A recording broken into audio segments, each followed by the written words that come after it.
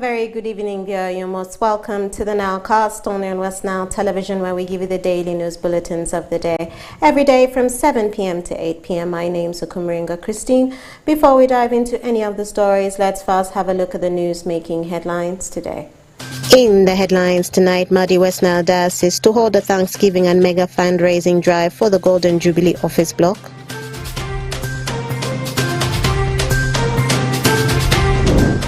Wad Aluka SS celebrates the 39th anniversary.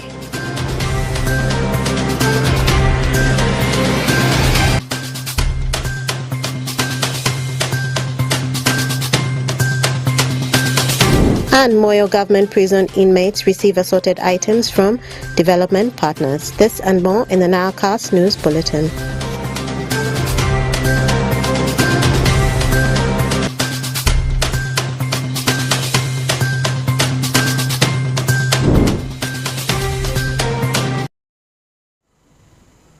It's the 6th of April 2024. You're most welcome to the Nilecast only on West Nile Television. Now let us dive into some of the stories of the evening. Madi West Nile Diocese is set to hold the 7th year Thanksgiving ceremony to mark the 7th anniversary of Right Reverend Collins Charles Andakus as the Bishop Ordinary of Madi West Nile Diocese, and a mega fundraising drive for the construction of the Golden Jubilee Office Block on the 7th of April 2024 at Arua Koa PTC Playgrounds in Arua City. Take a look.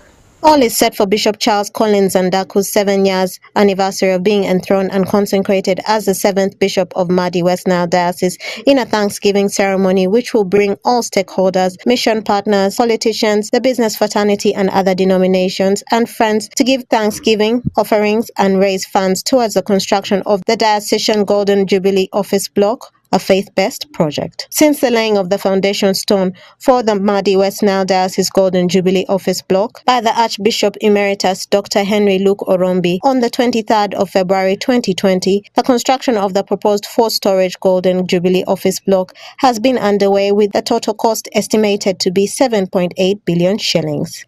During the press briefing at Emmanuel Cathedral located in Mvara, Arua City, Tio William Taylor Oda, the project manager for the construction of the Diocesan Golden Jubilee Office Block, stated that due to funding challenges, they decided to adopt a skeleton execution of the contract in order to determine how independent the structure is. It is a proposed 4-storied building. When we talk of 4-storied building, it means that the ground floor is not part of the figure 4, and literally it means that there are 5 floors inclusive of the ground floor. The overall project cost estimated, which we will be looking for, will be 7,841,935,992 Uganda shillings. But because of the challenges of funding, we decided to adopt a piecemeal execution of this contract. Along the way, we decided to adopt a skeleton. The reason of adopting these are: 1, funding challenges. We're not having all the funding at a go. Then 2, in the terms of engineering and structural engineering, it is good to see how independent this building is standing structurally. Richard Anguyo, the chairperson of the organizing committee for the Thanksgiving and mega fundraising of the Golden Jubilee Office Block, stated that Madi West Nile Diocese is expected to raise 1 billion shillings during the Thanksgiving ceremony. We target to raise a minimum of 1 billion shillings only. As we talk now, I know we are 80 plus million in both cash and pledges. The last being from our friends from Bishop's Circle Group, from Onigals SS. I want to also take this opportunity to thank them officially for supporting this project, and this is an exemplar leadership which all of us can copy. We target to receive about 2,000 guests, God willing, On behalf of the organizing committee, I humbly invite and appeal to fellow Christians of the diocese, friends from other religious denominations, God-loving people, and ladies and gentlemen of all walks of life to join our beloved Bishop in giving thanks to God and extend support to the construction of the Golden Jubilee Office Block. Moses Obeta, the project lead for the construction of the Diocesan Golden Jubilee Office Block and the chairman for the Aurora City Business Community, thanked Bishop Charles Collins Andaku for his contribution and sacrifice made towards the construction of the Golden Jubilee Office Block. Since the construction started, the funding has continuously come from the Christians and well-wishers and friends of the diocese and friends of the bishop. The bishop, as said earlier by the DS, has given out all that he has for the construction of this office structure. Right from the Thanksgiving, from the 3rd anniversary Thanksgiving, he gave all the remittances for the construction. That time we raised about 68 million. In the 4th anniversary Thanksgiving, we raised about 200 million. He handed over all this for the construction of the Golden Jubilee Office Block. And I want to appreciate and say thank you, Bishop, and I want to appreciate God for the love he has put in you for this diocese. The event is set to take place on Sunday, the 7th of April 2024, with a church service that will be held in Aurora Core PTC Playground, with the main preacher, the Bishop of the Nebi Anglican Diocese, Right Reverend Pons Ozele Awinju, and the expected chief guest, the Speaker of the Parliament of Uganda, Right Honorable Annette Anita Among. Okumuringa Christine, for West Nile Television, Nilecast. And more in our stories this evening. The State Minister for Primary Education, Honorable Dr. Joyce Moriku Kanduchu, has commended the good work done by the founders of War Aluka Secondary School in providing free land for the construction of community school, which has later been accorded to be a government-aided school in Zombo District. Alfred Jawok reports more. The State Minister for Primary Education, Dr. Moriku Kanduchu, has commended the good work done by founders of War Aluka Secondary School in providing free land for the construction of the community school, which was later accorded to be a government-aided secondary school in Zombo District. Kadusho made this remark on Friday, 5th April 2024, during the celebration of 39th anniversary of War Aluka Secondary School at Warokemo Primary School Playground in Watan Council, Zombo District, where she represented the Minister of Education and Sports, Honorable Janet Kataha Museveni. According to the minister, the celebration is a marked stone for the entire Zombo district as far as education of young people is concerned. She called upon school administrators of boarding schools to adhere to the rules and regulations to avoid fire outbreaks. We've seen students dying because of fire outbreaks. So I want to call upon the school administrators adhere to the safe standards. When you are constructing a dormitory, get in touch with the district administration, get in touch with the ministry to get the standard required dormitory infrastructure construction, so that in the event of fire, we do not lose our students. We have fire extinguishers, we have lightning arresters, and we have all what it takes to have safe school environment. That is my humble request to all of you. Meanwhile, Grace Atim, Deputy Resident District Commissioner Zombo, appealed to the minister to expedite the process of establishing more seed secondary schools in the 4 sub-counties of Atoma, Nyapea, Abanga, among others. But I can say the government has made big strides in seeing that every sub-county gets a secondary school. As I speak now, we are remaining up with about 4 sub-counties without secondary schools. And plans are underway. I think in the next 2 or 3 years, all our sub-counties will be having secondary schools. Our task will now remain remain to feed these secondary schools. And that is why today when I stand here, on a day when Aluga SS is celebrating 39 years, I'm happy to see you beautiful students in school. Especially the girls. Yes! Waraluka Secondary School was established in 1985 by communities of entire War as a community school and later accorded by government, and it has a total enrollment of 724 students under Church of Uganda Foundation. Among other dignitaries who attended the function include Senior Presidential Advisor Honorable Kuyushin Grace Freedom, Kao Zombo District, stakeholders, religious leaders, the King of Alur Kingdom, His Majesty Rauni Philip Olarke III, among others. Alfred Jawok, West Nile TV, Nile Cast. And more in our stories, as students from Muni University today on the 6th of April 2024 had their graduation ceremony, Honorable Janet Museveni, the Minister for Education and Sports, in her speech read by Honorable Dr. Joyce Muriku-Kanduchu, the State Minister for Education in charge of primary education, implored the graduates to be prepared for life after school. Muriku, however, expressed dismay in the numbers of students graduating from the university compared to the resources government is injecting to support the school. She made these remarks during the university's 6th graduation ceremony, where she led as the chief guest at the university premises in Arua City. During the function, a total of 143 students graduated in the various courses, walking away with diplomas and degrees on the 6th of April 2024. Take a look. Prepare to be national, global leaders to make change.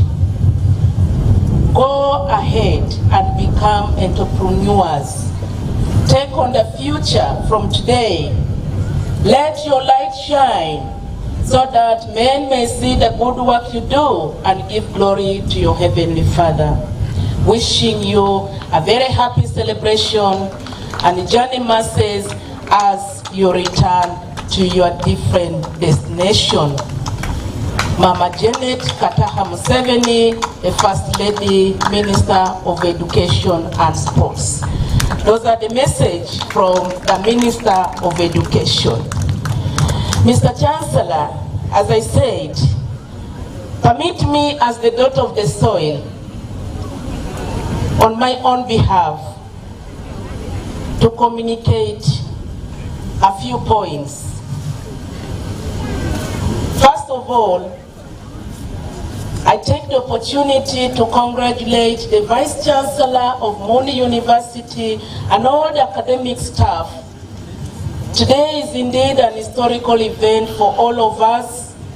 I congratulate you and I thank you in a special way for all the research projects that you have brought on board, the innovation, the technology, the investment that you have brought on board to ensure the visibility of Muni University on the global map.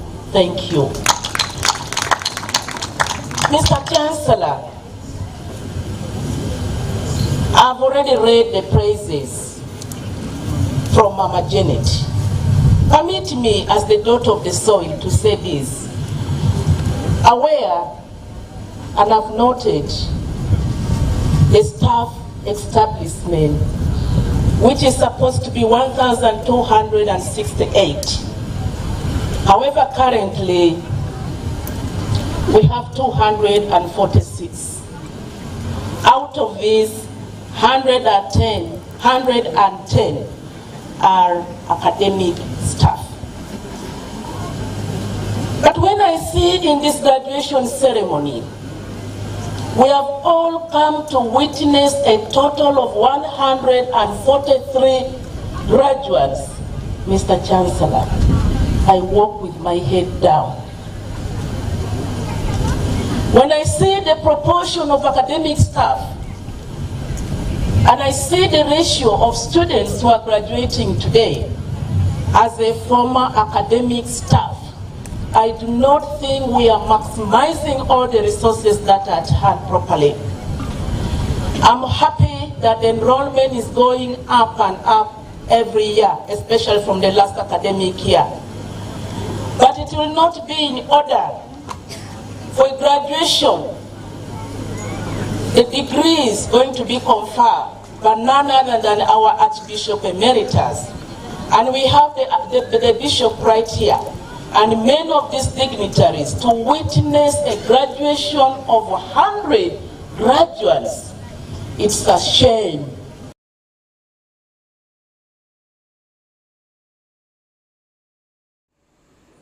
And more in our stories, tricycle operators in Ajumani district are expressing their dissatisfaction due to the lack of access to delivery service since the road leading to the main road are still under construction. Onzima Alan reports.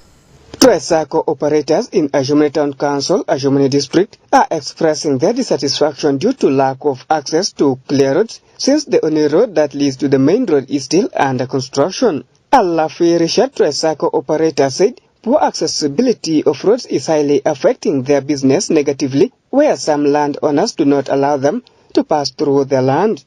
Our challenges are here. We have challenges of road. We are facing serious difficulties about our road.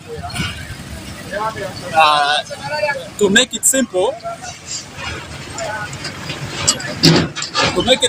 like if you take certain business, take someone's baby luggage to certain village, you'll find some roads are blocked, and whereby the owner of that plot will not allow you to pass. Erico Christopher Santos, one of the operators, said due to the construction inconvenience, the fuel consumption rate has risen since accessing services points needs one to move from one road to another. Speaking to journalists on Thursday, 4th April 2024, Erico Patrick Keleture, officer at Ajumani Town Council, confirms that it is true, but as a solution to the challenge, the authorities have designed one road for motorists, tricycle, but not to be used by vehicles. Erico Patrick also calls for calmness as the road work will be completed soon and it will be open. There are series of challenges in terms of accessing road network, but what we did to safeguard that was to block all those other small access ways in between shops in town, whereby I directed that we shall only be left with one access which is bigger enough to accommodate motorcycles, pedestrians, and tricycles, but not vehicles. That is the access between Kwamungu, Lodge, and the opposite block. Construction works of major roads in Ajumani Town Council started some weeks ago, and it is to ease movements of people so as to ease access to services in the district. Peace Oshaki, Onjima Alan, West Nile Television, Nilecast. And more in our stories, police in the West Nile region have confirmed that the date for commencing interviews for the probational police constables has been postponed from the 8th of April to the 22nd of April 2024. The Uganda Police Force had initially scheduled interviews for shortlisting applicants for the position of probational police constables to take place from the 8th to the 14th of April 2024. However, due to unforeseeable circumstances, the interviews have been postponed to the 22nd of April 2024. Specific interview dates for each district will be communicated accordingly. Take a look. The Uganda Police Force has confirmed that the date for commencing interview for probation police constables has been changed, as it was scheduled to take place from 8th April to 22nd April 2024. This message was received from the police headquarters in Kampala. Senior Superintendent Josephine Angushia, who is the spokesperson for West Nile Region Police, confirmed the development about the change of the date. West Nile Region Police has confirmed from official message from police headquarters that the date for commencing interviews for probational police constables has truly been postponed from 8th April to 22nd April 2024. The Uganda Police Force had initially scheduled interviews for shortlisted applicants for the position of probational police constables to take place from April 8th to April 14th, 2024. However, due to unforeseen circumstances, the interviews have been postponed to April 22nd, 2024. Meanwhile, SCP Nabaka Esclair said that specific interview dates will be confirmed for each district and, however, encouraged all the police officers and their leaders to talk to their people. Specific interview dates for each district will be communicated accordingly.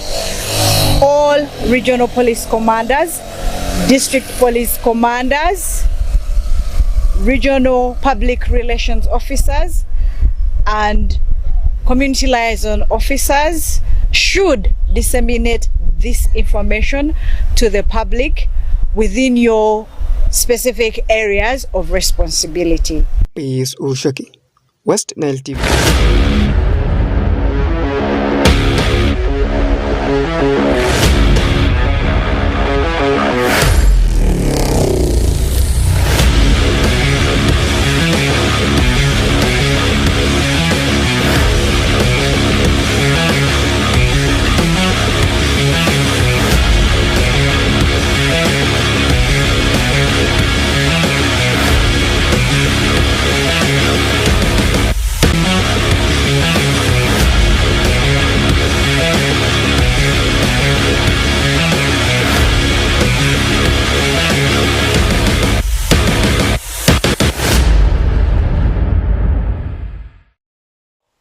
Good evening, viewers. You are most welcome for today's edition of NILE Sports News. In front of the camera is me, Benson Pastore. Every day stories continues to break in the world of sports. But let's kickstart with what's happened within the region of West Nile, more especially what is making headlines in AD Cup. I can confirm to you, AD Cup has already been boosted and the games have already reached to the knockout stages, and the finals will be played on that day of AD celebration, and it will be taking place at Barfa playing ground. Let's have the combined story.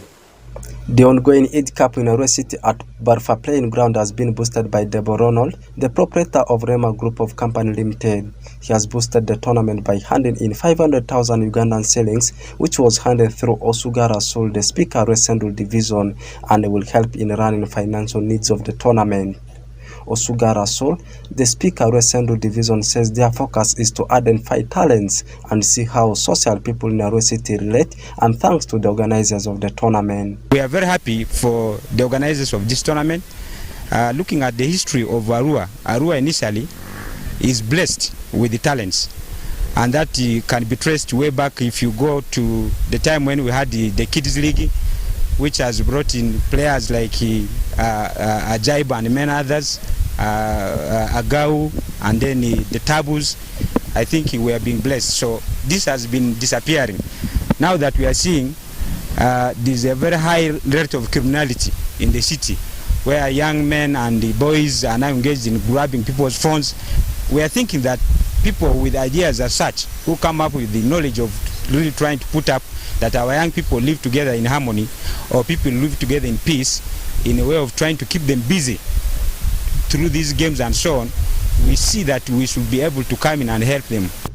Waku Ramandan, vice chairperson of the tournament, says the tournament is not only for Muslim brothers, as we can see some Christian brothers from other teams like Moves, and this helps in bridging the gap in these two religions.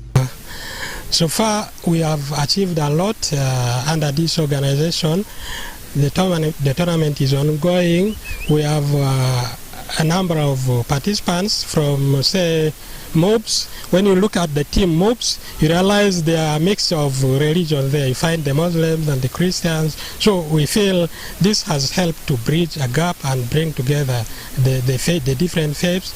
And along this side, there have been challenges. Thieves normally move around here. And while we have been here, cases of theft on this road, I think I must stand to say, are minimized already. And I think basically those are the achievements so far we have registered. Hakim Aliko, the public relations officer of AD tournament, gives us information and the picture of the tournament as it proceeds. This is the Eid Cup. It's an annual event. Annually, it actually happens twice because we have the Eid al-Fitr and Eid al-Adha. So this is particularly for the Eid al-Fitr. This tournament normally is organized by the Uganda Supreme Council.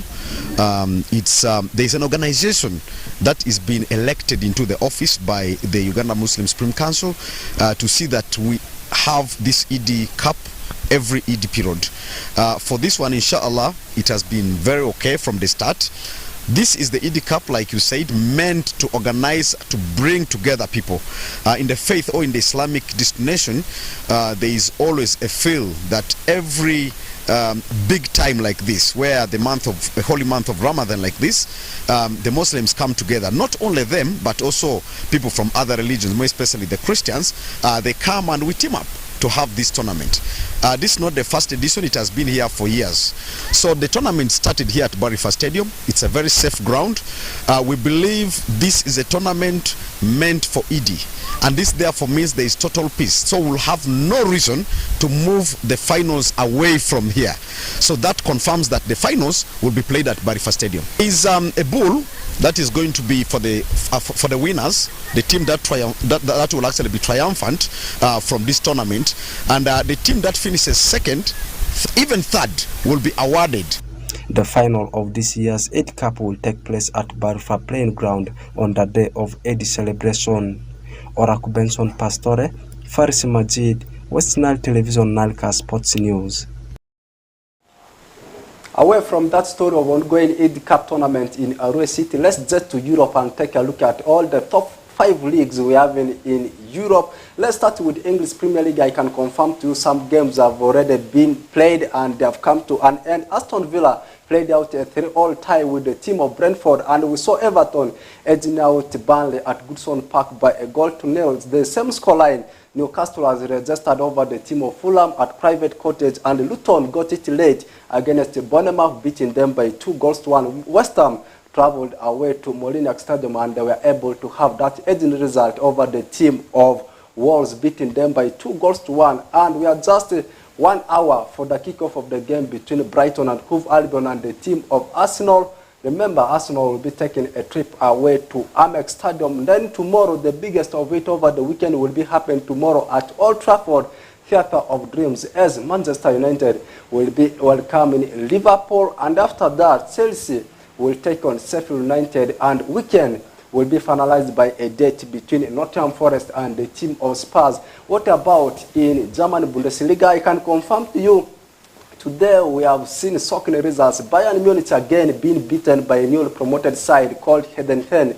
The game ended by 3-2. Meanwhile, for Bayer Leverkusen, they have boosted their chance of winning the title, German Bundesliga title, early after having that edging result over the team of Union Berlin today, edging them by 1-0. That means they are just a win away to be crowned as the champions of German Bundesliga. A win for them in this coming weekend will see them being crowned as the champions of German Bundesliga, because we saw Bayern, as I said earlier, on losing narrowly into the hands of Heidenheim. That one wasn't the only game that was played today in German Bundesliga. There was a game between Cologne and Bochum. Cologne managed to beat Bochum by 2-1, and RB Leipzig running riot over Freiburg, demolishing them by 4-1. Like I said, Leverkusen beating Union Berlin by 1-0. Meanwhile, Mainz thumped the team Darmstadt by 4-0, and the late kickoff game will be between Borussia Dortmund and the team of Stuttgart, and this game will be taking place at the Stadio Westfalen Stadion. And also in Italian Serie A, one game has already come to an end between AC Milan and Lecce, AC Milan beating Lecce by 3-0, and also in Italian Serie A will be welcoming the side in Lazio. The two teams share so many things in common. They share the same pitch stadium called Estadio di Olimpico. It's a derby between the two sides, and we're waiting to see which side will be winning it. And also Cup final, Copa del Rey final in Spain. No Real Madrid, no Barcelona, no Atletico Madrid, but underdogs facing it off. I mean, final between Athletic Bilbao and the team of Real Mallorca, and also in Portuguese Primera Division, a very big encounter between Soccer Lisboa Benfica and the team of Sporting CP, or as in Sporting Lisbon, and a very big derby come tomorrow in Scottish Premiership, as you will be seeing the team Celtic taking on the team of Rangers. It's called Old Firm Derby between the two sides. With that, we have come to the end of today's edition of NILE Sports News. It has been me, Benson Pastore, bringing it for you. Let's link up again on Monday with the same program of NILE Sports. I'm out of the studio.